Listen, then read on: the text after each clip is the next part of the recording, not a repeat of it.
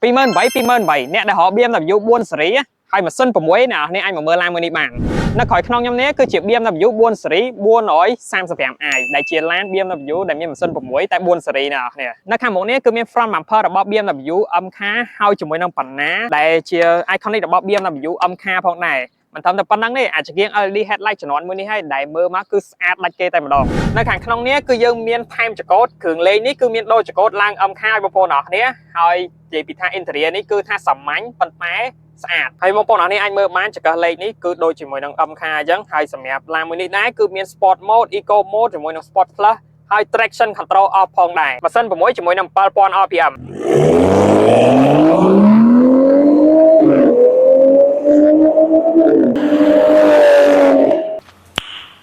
Nice ចឹងបើសិនជាបងប្អូនអរគ្នាមានចំណាប់អារម្មណ៍ចង់បាន BMW មួយនេះ 435i ម៉ាស៊ីន6ជាមួយនឹងតម្លៃ